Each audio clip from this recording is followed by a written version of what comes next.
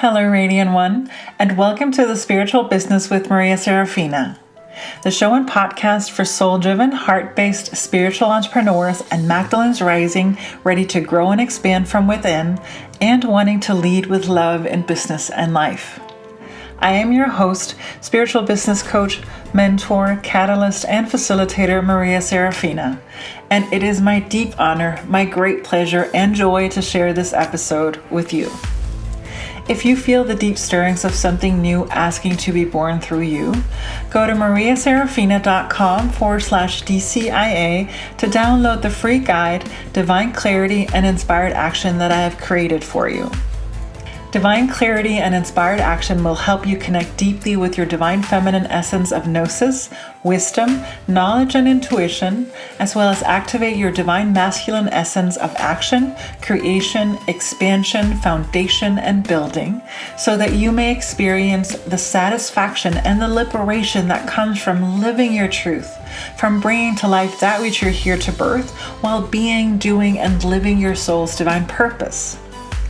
On my website, you will also find show notes, transcripts, and previous episodes. Finally, as always, I encourage you to listen with an open heart and an open mind, and take only what serves you and leave the rest. Here is today's episode. Kerry, welcome to the Spiritual Business Show and Podcast. I know that you are a busy mama, a busy business owner, and so I am very grateful that you have taken the time out of your schedule to come on and to share your wisdom and your experience with the viewers and the listeners. My first questions, as always, is would you start by sharing who you are, what you do, and who you serve? Thank you so much for having me. I'm just so thrilled to be here. So I'm Kerry Rowett. I am a kinesiologist, which is a type of natural therapy. So in Australia, holistic kinesiology, it's a modality where we work to uncover blocks, which might be mental, spiritual, emotional, or physical in nature. And over time, I have ended up specializing in working with female entrepreneurs. And that happened very organically. It started out because I was attracting a lot of clients. I became booked out relatively quickly in my practice, and this was face-to-face at the time. And just naturally more and more practitioners were drawn to work with me on that. And then I started running online courses, and I really developed an interest and a theme, I guess, around alignment in the work that I do. So I created this process quite early on. It was back in 2011, which I call the alignment process. And I ended up teaching that in a range of different ways. So I have a course at the moment called Align and Attract, which I've been teaching since 2015, but the first iteration of that course was back in 2011. So it's quite long time frames really for the online world, where things move on quite quickly and people are on to their next project. So I've really stuck at alignment. It just keeps on calling me back. Even when I think, maybe I'm completing with alignment, there's so much richness in it for me. And I've got a book. I wrote a book in 2018 that was 2017 or 2018. Time's a bit warpy at the moment. Called Align and Attract. Align your energy to create a business that you actually love. So that's me. What did you do before? Who were you before you came upon kinesiology? So by way of work, I was a primary school teacher, and I traveled a lot with that. So I taught in various different places in Australia, but I also taught in the UK, in both Leeds and in London. And when I came back to Australia, I taught in Melbourne. And it was when I was back in Melbourne, that's really when I realized I was feeling a bit stuck and unsettled. Looking around and thinking everything in my life is actually fine. Like I should be feeling really great, but I'm not. I was feeling unhappy and just really like things were heavy. And I was like, it feels like this is me. Like there's something inside of me that I really need to address now. And I was looking around, just searching. I'm sure so many people who are listening will relate to that feeling of just looking to find like the answer. And I came across a flyer for a kinesiologist in my suburb, and I went along really not having any idea what it was all about. And it just started to unlock so much for me, and so many emotions and so many, beliefs and like just things from the past that I didn't realize I was still holding on to and how they were impacting on me. And so I started this journey with that. And after a few months, I had some recurring depression, which I had actually on and off for 14 years. It was sort of a bit of a part of the furniture for me. But it would come back and it would recur, and you really lose perspective and go deep into it. So at that time, I happened to go to the doctor, and I was telling the doctor about it, and he said, well, you've done a lot of, you've tried a lot yourself, and you're still struggling, obviously. So you really should go on antidepressants. Like that would really help you to move through this rather than struggling. And I was very resistant, but I just took the script away and thought, oh, well, I'll see. I guess nothing else has worked. It's true. And it just happened that I had an appointment with the kinesiologist the next day, and she was like, do you want to work on it? And I was like, well, if you want to. Like I was so resistant. I didn't really think anything could help. And we did. And I had one further session on the depression the following week, and it lifted and did not return. So this was now actually 14 years ago. So completed a cycle. That's right. And so it was after that, I was like, oh, okay, so kinesiology, it's not just interesting. It's actually can be very transformative. And, I've gone on to work with maybe thousands of people, I guess, since then, and seen so many transformations for other people in time, which just inspires me and keeps me going. How spiritual or alternative or holistic were you at that time, would you say? I would say not very. I got into yoga at that same time and, really delved into the practice of, a regular practice at a studio where they did go a little bit deeper. But I'd had a casual interest, I suppose. I'd read Louise Hay, You Can Heal Your Life, which, everyone has read, of course, back when I was 21. And I really found that did shift things for me. So I just had that casual interest of maybe reading some books here and there. But it was probably, first of all, once I started to have the kinesiology sessions, but then once I started to study, that was when my interest went so much deeper. And it wasn't just an intellectual idea. I actually was living it and learning about it through my own experience and acting upon it. What sparked, maybe this is a leading question, but what sparked your interest, in what sparked you moving from this is a modality or a tool that I use for myself into this is actually a tool that I want to help others with or have as a business? It was quite soon after I had the experience where it had lifted my depression, because I just thought, gosh, there are so many people who would feel like I felt. And I just thought if I could help other people to make that kind of change that I had, I just thought that was just such powerful work that I felt so inspired to be a part of. I never got into it because I wanted to run a business or, had any really high ideas about what I was going to create. I thought it would be great if I could maybe work part-time in that business one day and work with some clients,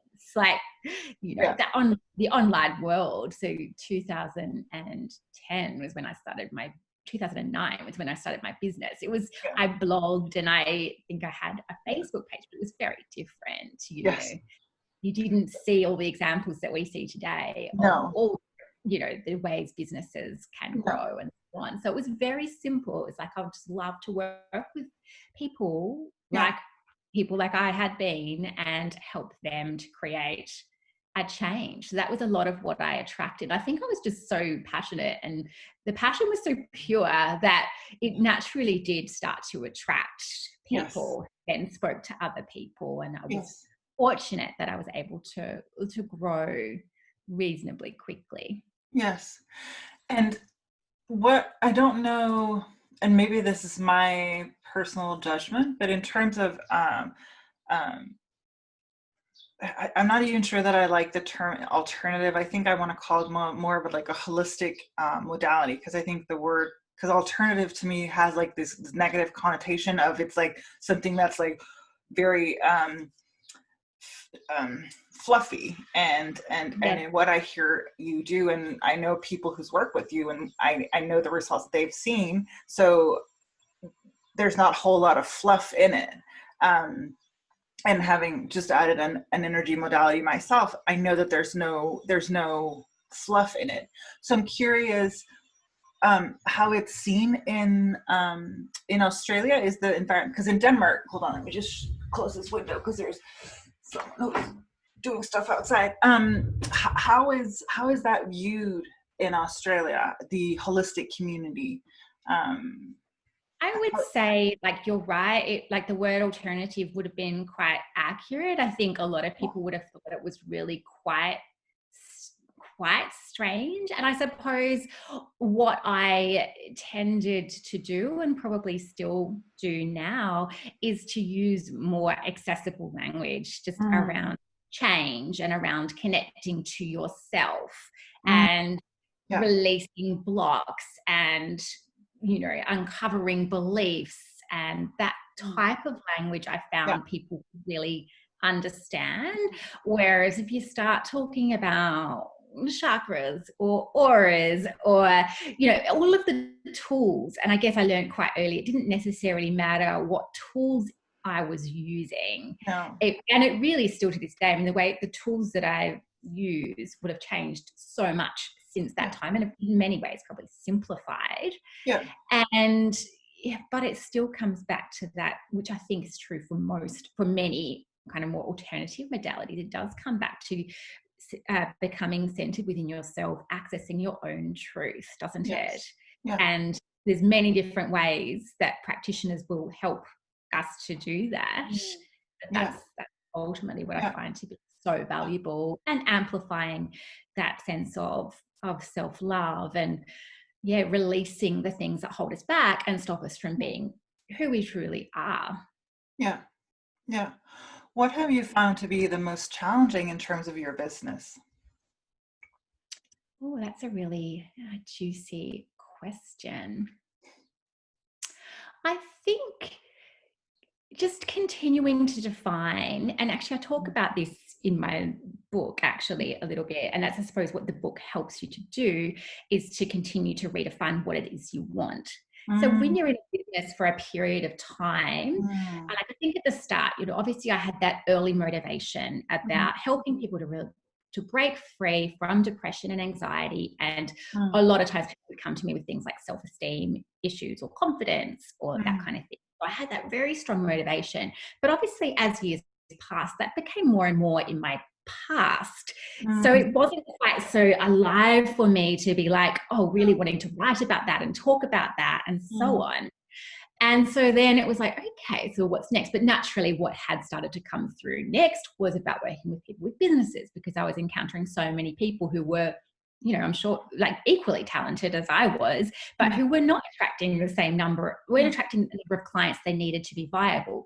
So that became a new passion. So I think that is just continuing to evolve with that, and then continuing to evolve with, of course, life stages and things that happen. So one really big thing that happened when I was face-to-face working with clients in Melbourne, I was married at the time, and that like really dramatically fell apart, the marriage, and I had to leave Melbourne and I had to come back to where I'm now in Adelaide, which is like a different state in Australia for people who are not familiar. And so I had to chose to move my business online. So, and so I had to make this announcement and manage the communication of that, of like not talking about the marriage situation, but talking about I'm now going to be working online. So, you know, navigating through those kinds of life changes. And the most recent one for me is, of course, having children. And then, you know, having, obviously the amount of time that I have is really different, and the mental space and the type of inspiration I have is so different. So just navigating that and just continuing to discern and check in, like, as we all do, what is it that I really want? What are my priorities? What are my values? And then how does that look with my business and with my life? And not just how does it look now, because we don't want to, you know, that can sometimes lead us into a bit of a feeling of limitation. But how do I want it to look? And for me, like this time in my life, I found the timelines have really stretched out. Whereas in the past, I might be like, a goal would be, oh, I want to create this and I'll do that within the next 6 months. Whereas at the moment, I might think, oh, what would I want to do next in the next 2 years? That's what happens when you have children, right? And especially yours are young, so it's like they like that's what you really, really want to be with them. I'm guessing you're actually touching a point, something that I find, at least with my client, that's really I don't want to say, I don't like the word pain point, but it's like it's a challenge in terms of when we move from one phase of our business to the next. So if we've quote unquote positioned ourselves as we've been taught, like to do one thing, and then all of a sudden our interest or our desire or our wants change, and so that transformation or transition from one thing to the next and everything that comes up with that is like, that's one of the things that I hear in my clients, is that it's really difficult to, you know, I'm supposed to be this person, I'm supposed to be that persona, and now I actually want to do something with maybe the tools that I have, but in a different way. It's quite tricky. I address that with alignment, actually. So if someone comes to me with that kind of situation, like mentally we look at that and go, oh my gosh, that is so tricky. But what are the type of questions I would ask? Okay, so what is it that you're really wanting moving forwards? And what kind of clients do you really desire to be working with? And oftentimes I don't talk about niche very much. And so people might have gotten that from other work they've done or whatever. That's not specific work that I do, but I will talk about, like, what are the real qualities of that person that you would just absolutely love to be working with, and how is it that you're really wanting to feel, and how you're wanting to show up, and how you're wanting to communicate. So kind of those types of things are what I would be talking to my clients about, and then helping them to align to that. And I find that when we are in that more aligned space, then we start to uncover the how to more easily. Whereas I find if we come at it just from a mental place, it can just feel like really tricky. And also sometimes we can sabotage ourselves. People say, I know who would do that, but people will say to me like, oh, I just have to burn it all down. And I guess this is, I would say, oh, but do you need to? Sometimes it's a bit more of a gradual or a natural transition that can occur. I understand. I mean, you know, everyone's different. I think that's another thing that's really important to know. I think it's very much about knowing yourself, isn't it? Yes. And knowing the way you like to make transitions. Some people like to complete and then start. And some people prefer a more gradual transition and can have the patience to navigate that. Patience. That's like it's a foreign word in my dictionary. It's like patience. Me, I'm more like gasoline and light it all on fire, and then like you just get across the bridge before it's burned down. That's kind of which I am expanding or evolving from, but that's kind of like where I'm more like that's how I. It's like liking that sense of completion. It's like I will complete that.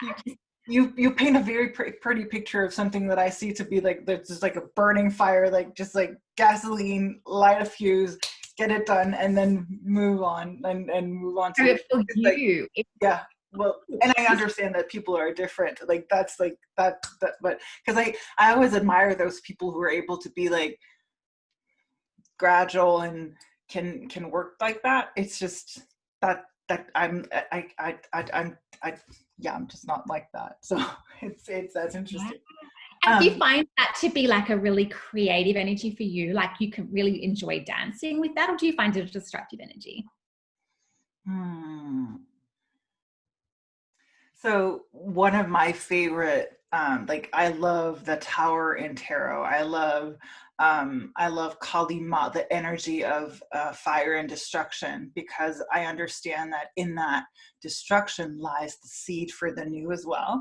So it's like when you burn something clean and clear, there's also space for new to grow. So that's how I see it. So it's not just the destructive energy. For me, it's more, I know, and this is why when people tell me about how things are falling apart in their lives, very often I can't help smile, because I understand that when that happens, which is, I have compassion for them, and I understand that that means that something new is about to rise within them or within their lives. And so that's why I'm smiling, because I'm really happy for them, which is not necessarily what I don't sit there and clap my hands for people having their lives or their businesses fall apart. I just know that when that happens, because it's the cycle of life, it's like that continues. Does that make sense to you? Yeah, it makes total sense. And that, the way you've just described it, it feels really rich and Yes. really that there's a real fertility in that, the Yes. way you describe Yes. destruction. I think Absolutely. Yes. it's Yes. important that we really ask ourselves those questions, isn't it? Yes. Because sometimes we can have that judgment of like, oh, I just destroy things. And then it's like, as Oh, you just dive into it, it's like, no, that sounds great the way you've just yes. described it. Yes. No. And I want to point something that you said earlier in terms of, you were feeling, and you were describing it like really detailed in terms of where you were at before you found kinesiology. And I think that a lot of people, and that's why I'm highlighting it. And I think that that is, and you can correct me if I'm wrong, if it's just my thought, but it's like, I think that happens over and over again, so that we get to that point where something feels off, and then we make that transition into, and that thing, we find that thing, quote unquote, or that thing finds us. Usually it's the other way around. After a while, we'll notice that that thing will have found us. And I think that that's a continued process. And I guess that's what you were talking about earlier, or speaking to earlier, when you were talking about what is it now that I want? Yeah, well, in my wisdom, I named my business Awaken Kinesiology. So, of course, I thought I'd had this awakening experience. But as you say, there's no just one awakening experience. You don't arrive, you go through these continual cycles, Yes. and not just cycles, but like I touched on as well, it's like your priorities can change as Yes. well, and what you really desire for your life can change Yes. as well. Yes. And allowing, I mean, there's such, because, and maybe this is just me, but I see that somehow um, we've created such rigid structures, or some have created such rigid structures in terms of, okay, now this is what I want, and this is what I'm supposed to want for the rest of my life. And the way that I view us, and the way, for me, that energy works, is that there is that continual expansion of love. And so you won't ever be like, you won't ever stay in the same place. You'll continuously be shedding your skin. There will continuously be new venues for the love and the passion and the drive that you have, right? I think that is so true. And that can come through in so many different ways. So like you mentioned, studying something new, and I'm going to be doing the same, like studying something new, starting shortly. And like that can drive that new wave Yeah. of inspiration, or that new wave of evolution. Yeah. And then, like you said, like you might decide you want to structure your business very differently Yes. in different phases of your life, or you may want to work with a completely different kind of client. So Yes. I think Funny, because I was going to ask you, because I was sensing there was something I'm like, what's the new that's rising in you? Like, if you want to share, you don't have to share if you're not ready to share, but I feel that there's something that's rising within you. So I'm kind of waiting to find out what it is. What I'm studying, I'm going to do a diploma of positive psychology. Ooh. And so I'm really interested to do that. I've been looking at it just on the fringes for quite a while, but I'll tell you kind of what has really triggered me to jump into it is that, here in Australia over summer, of course, we had the terrible bushfires. Yes. Yeah, and there was lots of discussions around the climate crisis that really came to the forefront out of that. And a big part of that discussion was, hey, we need to listen to the scientists. We need to listen to the science. And then, of course, we've more recently been through the coronavirus crisis, and that's impacted all of us, I think, around the world. Yes. And same thing again, we need to listen to the scientists. And it just, as I just continued to really feel that, I was like, oh, I really want to know a bit more, like more depth in the science behind the way we change and the way we think. And so that's really kind of what's driving this next stage. I think part of that as well is just having children. It's very grounding. Like, that was probably one of the things I found most challenging. I just love hanging out in the upper chakras and just really being in my little bubble. That's where I was before I had children. It was wonderful. Lots of ideas and inspirations and creativity and so on. And then having children, it's very much eating, sleeping, like really like those day-to-day things. You just can't disappear off into the ether. You've got to be right here. So I think this is what's coming through for me in this next stage in terms of what it is that I'm learning and what it is that I'm wanting to talk about. And as to how that will look in my business, as in whether that will change the structure or like the way that I'm not entirely sure yet. And that is new anyway, that I can actually have that kind of patience just to sit with that uncertainty rather than trying to nail something down. Oh, yeah. Where does that come from?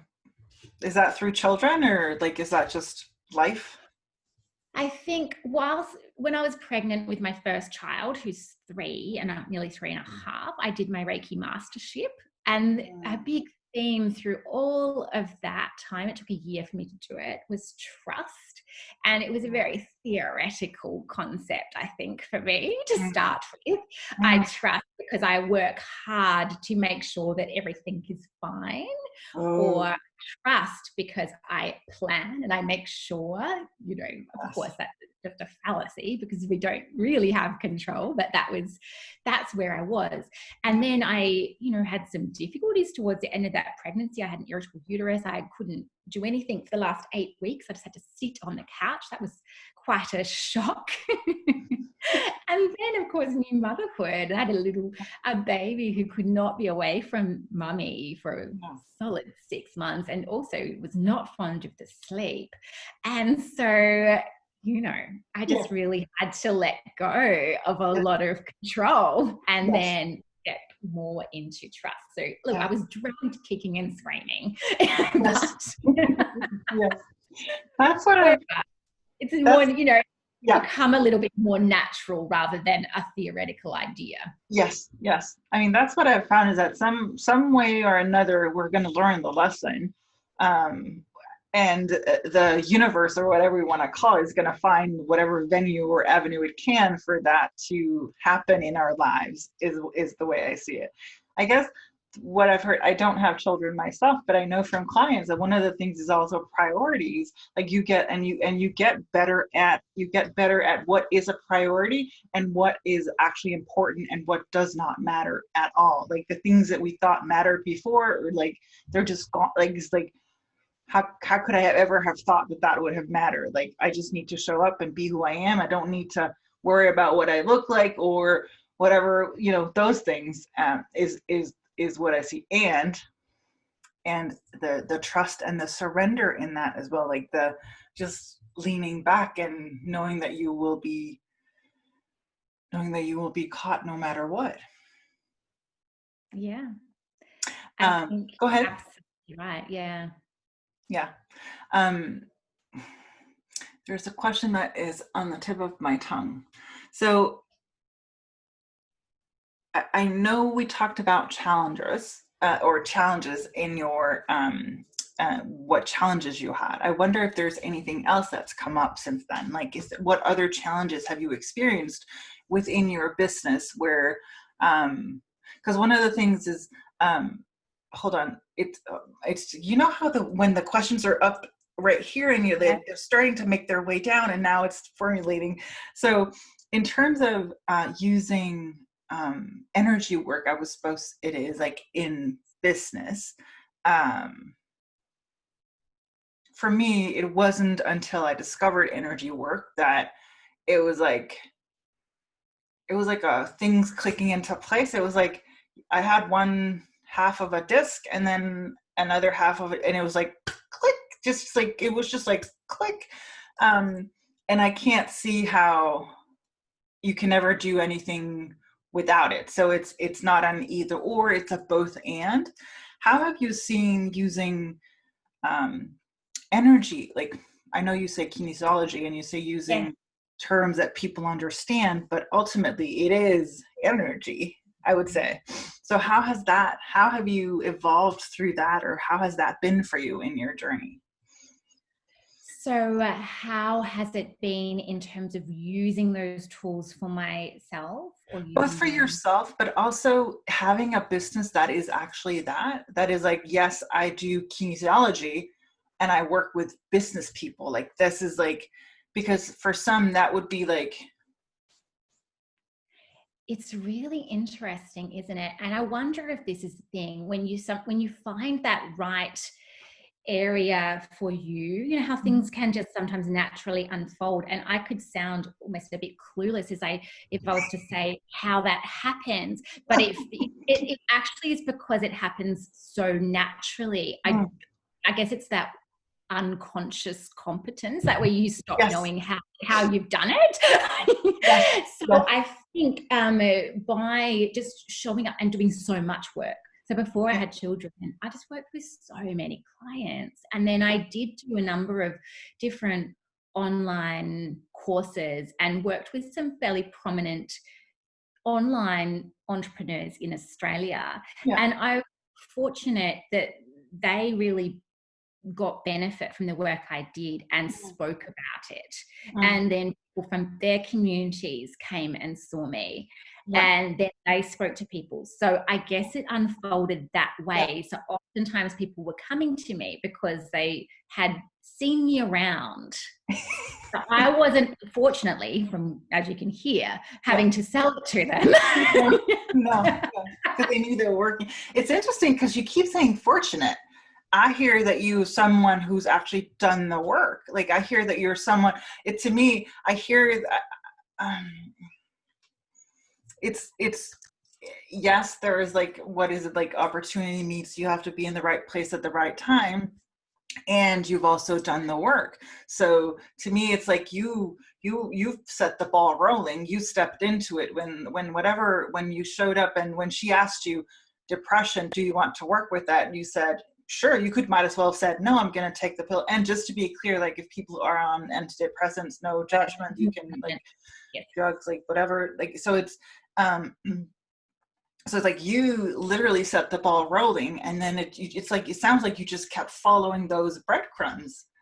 I think you're absolutely right. And I think this is actually a really good point to make, is that, yes, I said yes to things, but also I just did a lot of work. And by that, I mean, I just worked with a lot of clients, and I worked with clients, you know, I charged $80 an hour. And then the next year I charged $90 an hour. And then I charged $100 an hour. Yeah. And I think, you know, and I just worked with, you know, up to 70 clients a month. Like, it's a lot.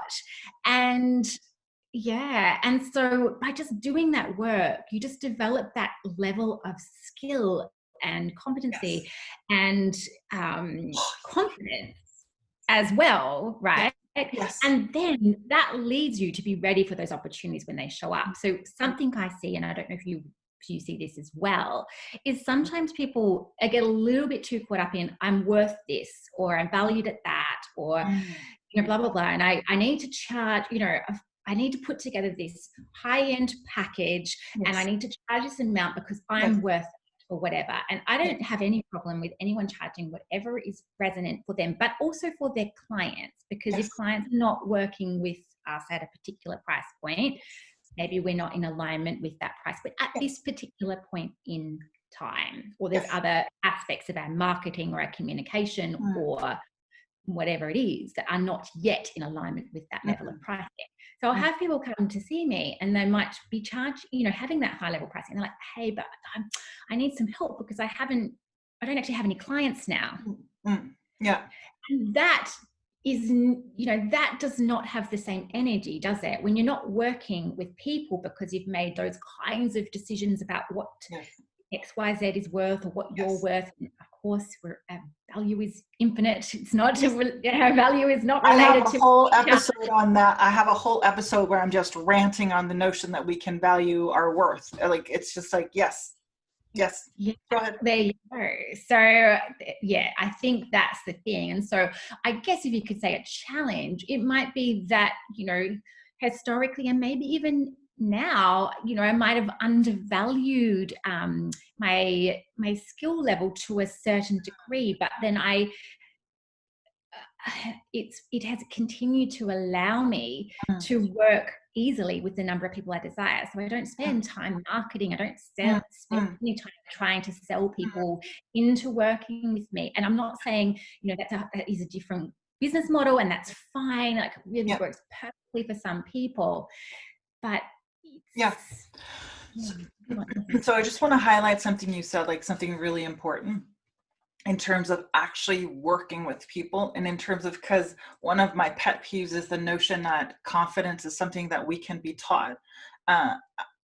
For me, it comes through the experience of doing what you like, not just doing what you love to do, but like doing it over and over again. You gain the experience. I am today confident in my skills because I know that, like, I have repeatedly seen what happens with my clients when I do the work with them. So I'm not even sure if the confidence is mine. It's literally just because I can see what happens when I work with people. And it's evidence-based. Go ahead. It's evidence-based. You're seeing the evidence. Yes. And so you're not having, and then, again, people can say, I need to work on my mindset, or I'm worried that the work I'm doing isn't powerful enough. And like you say, by doing enough work, you just don't have those questions occupying space inside your brain, because you've got the evidence and you develop mastery. Yes, exactly.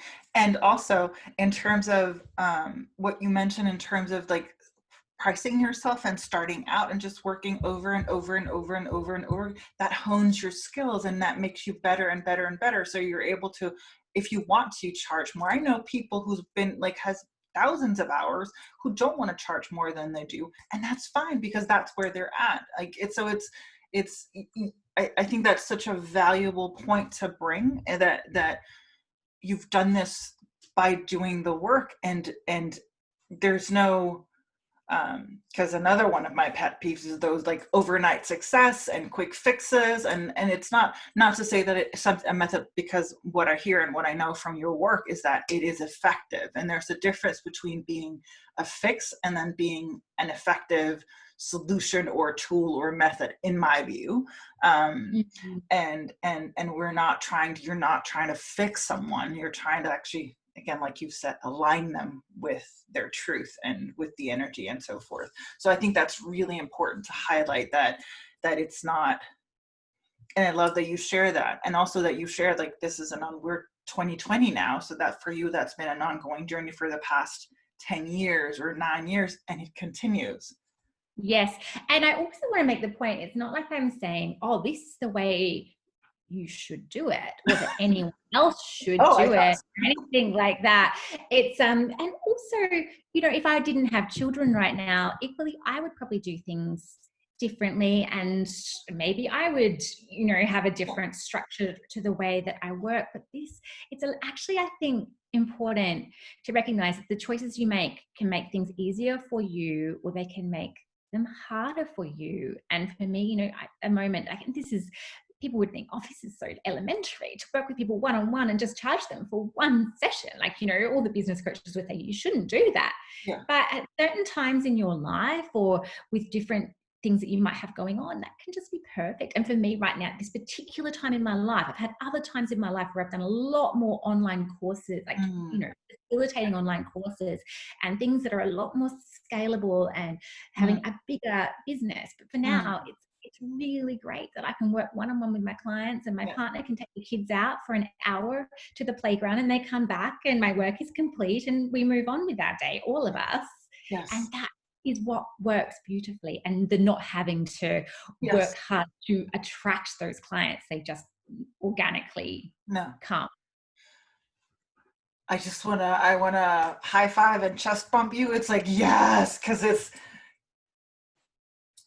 it's about, like you say, it's not about anyone else's way of doing it. The way that I always say is that when I work with clients is that I can show you different ways, but ultimately how you choose to do it has to be in alignment, like you say, or have to be resonating with who you are and what you do and what you know to be true. So never ever take my word for it. Like never ever just blindly follow what I or anyone else says, because ultimately you are you are your own truth, and only you can know what's true for you. So if you're here I say this on the podcast every time I share, is like, take what serves you, leave the rest, because that's one of the things that I see in our, both in business and in our world today, is so many of us have been cut off from our sources. We're not able to connect. We're not able to align. We're not able to hear or listen. And if we don't, we end up living someone else's lives. And we're quite susceptible to looking for those answers outside of ourselves and getting to that point where just please tell me, like someone just tell me. And so I do get a lot of clients who come to me and they have done that. They're like, oh, I worked with, this high priced coach. It's like, it's great to work with someone who's a high priced coach. But they will come to me and say, and they told me to do this, but it just doesn't feel right. Or then this happened to my business, or it's like now at a standstill for this whatever reason, or something doesn't feel right. And it's always bringing it back to that connection with yourself and being able to discern. And not to say that some of what you thought you didn't like might not be right for you. It might be once you're fully connected to yourself, and just having that sense of sovereignty and authority over your own life and over your own business, and actually being, in that CEO role of your business, where you decide. It's like not about whether it's big enough for somebody else, or whether it's too much of this or too little of that. It's like, really giving yourself permission to create a business that really fits you and where you are at this time in your life. And like you said, that container really can expand, or I don't want to say contract because that sounds negative, but it can change and evolve. Yeah. But if we don't, if there's no contraction, there's no baby. Yeah, true. Good point. So that we have to have, if you have to have both the expansion. I know I'm being very visual right now, but it's like, there really is, if there is no expansion of the birth canal, then there is no baby. And if there is no contraction, then of the belly, then or the uterus, then there is no baby. Well, unless of course you were talking about C-section and that blah, blah, blah. But that's how it works. There's two things. I will add something there, sorry. And it's like that desire we have to step away from the so-called negative experience, isn't it? And even that way, I was like, oh, people might think this sounds negative, but as you say, it's just neutral.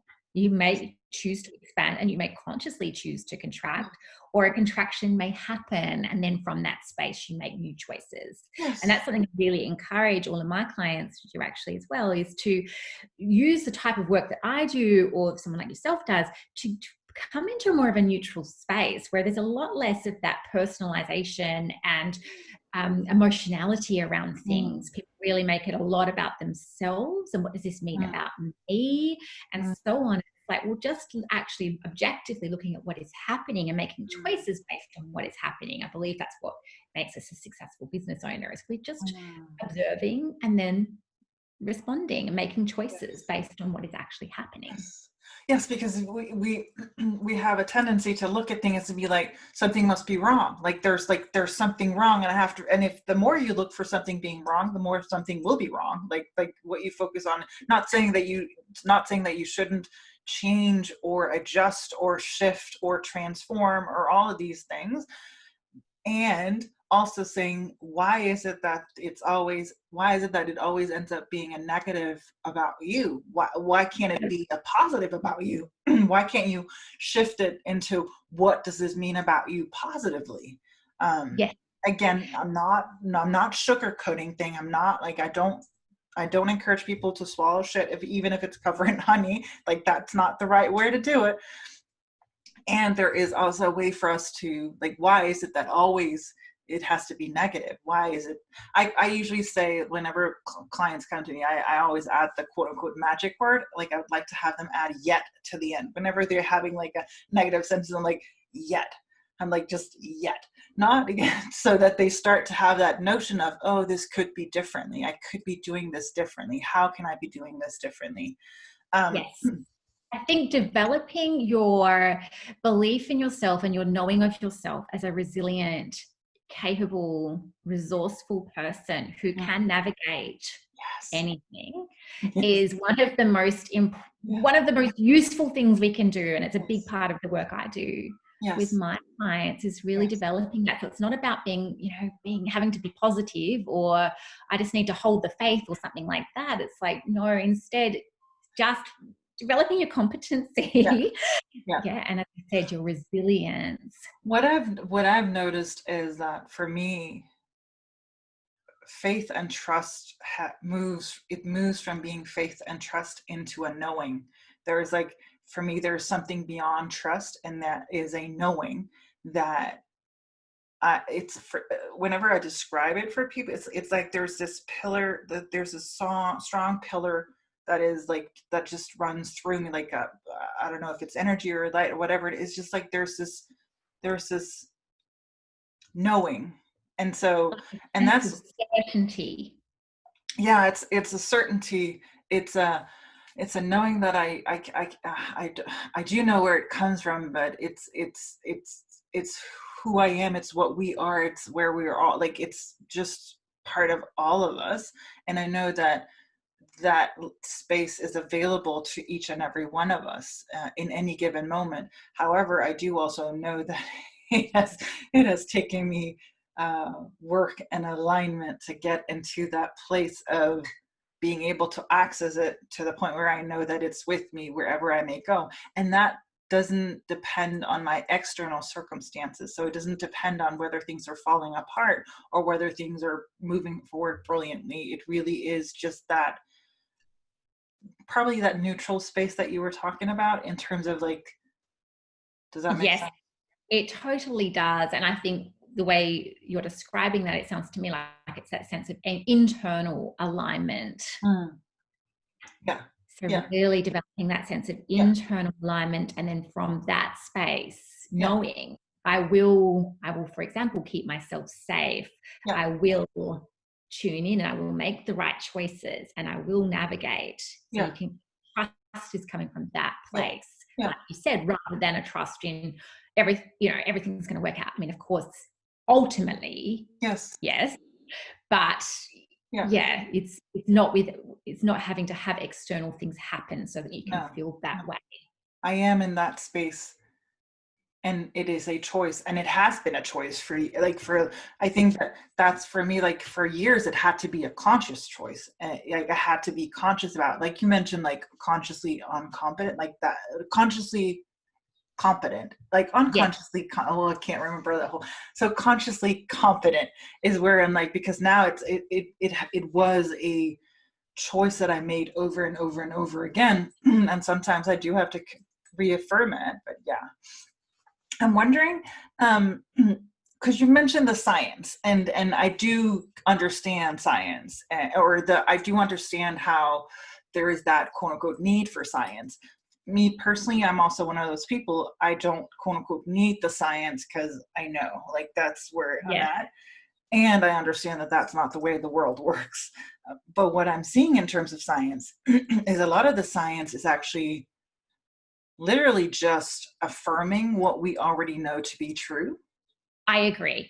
And that is what I have found, Yeah. over, the years since I've studied kinesiology. I mean, there was, there was science in what we studied, Mm-hmm. but that science has continued to improve and Yeah. evolve and so on. And I would agree that so much of what I've seen and read about the brain and about, change and habits and so on, it does absolutely affirm. So yes, I should be clear and say it's not that I think that necessarily other people need to do that, or even that it's really necessary. Yeah. But it was, I think, because I've been in practice for, that Yeah. 10, 11 years now, it's Yeah. like just that it's like a refresh.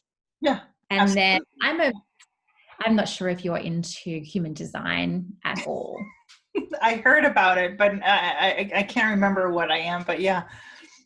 I'm a manifesting generator, and we work best in response. So this is kind of how Mm. I'm seeing, by like, refilling myself up with knowledge and Mm.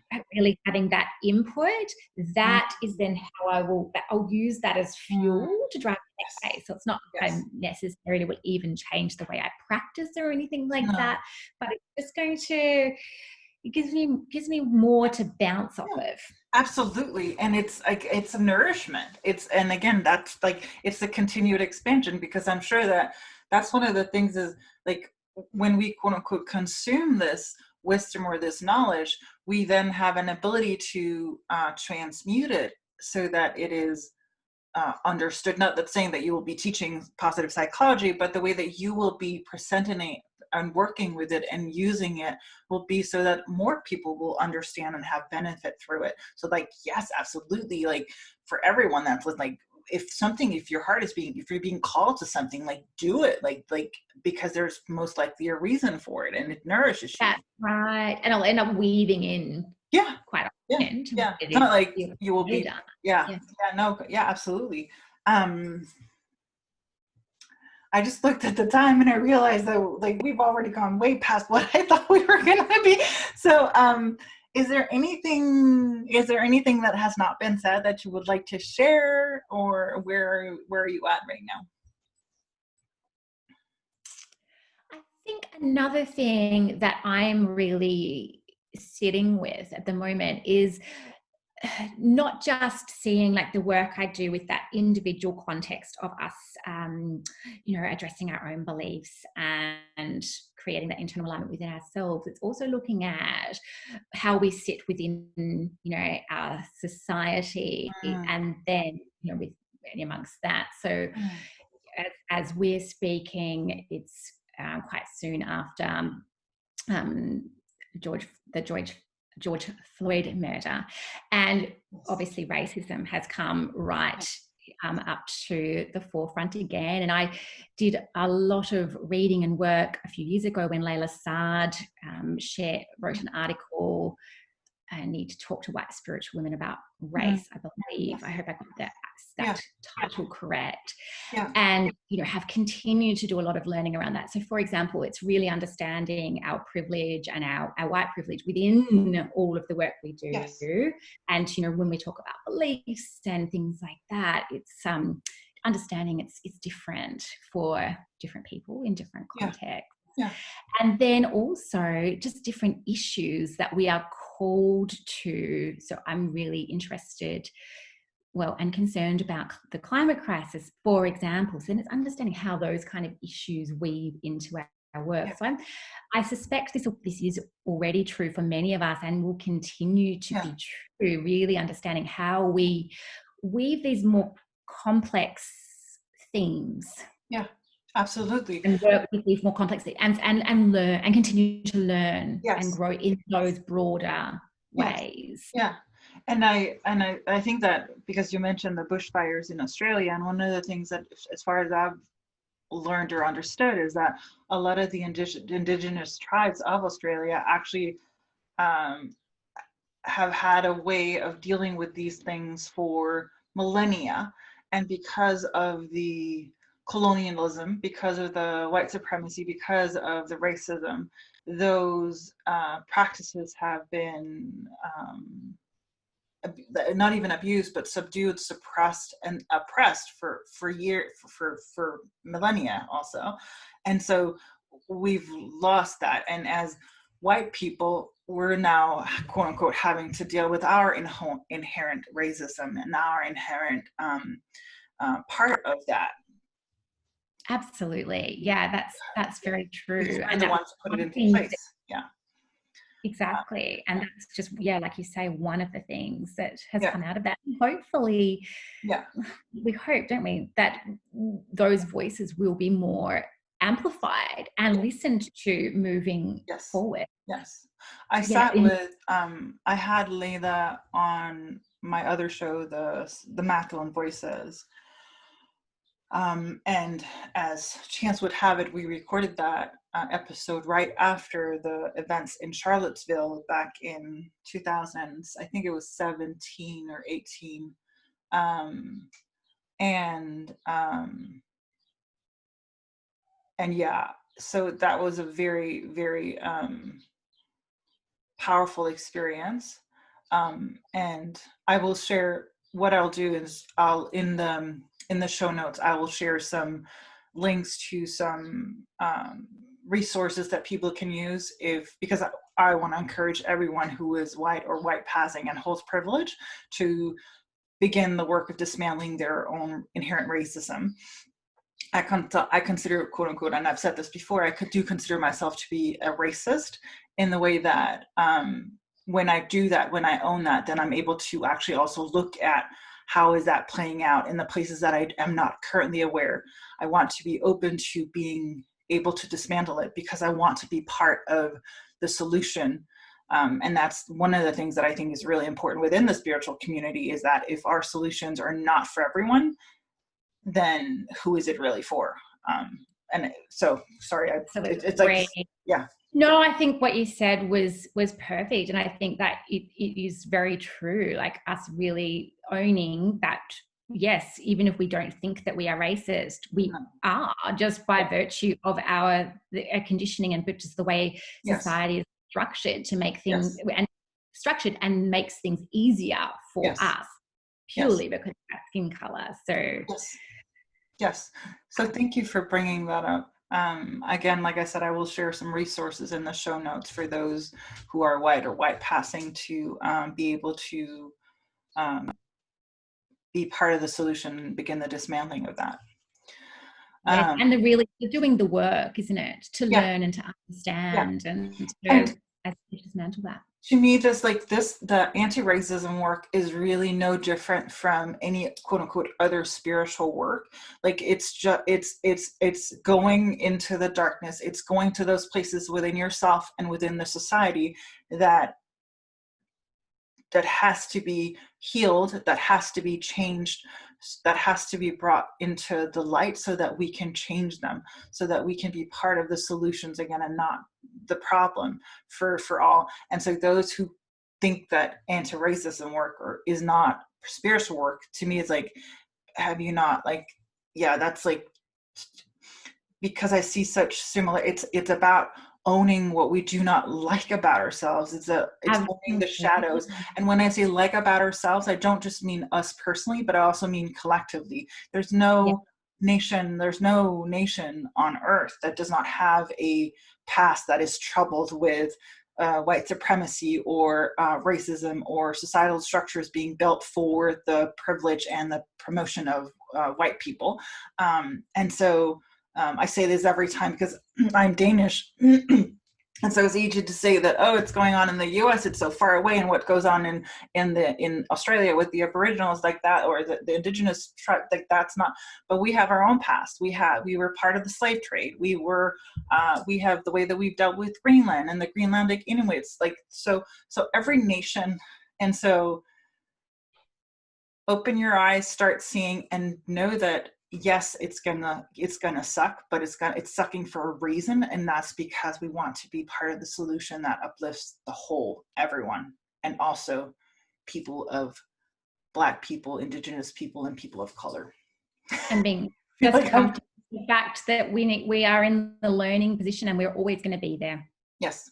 When we are just going to continue to need to learn and dismantle throughout our whole lives. Yes. Well, Kerry, it feels like we've gone full circle. I don't know if that was a full circle because it felt like woof, we just we went into a place as well.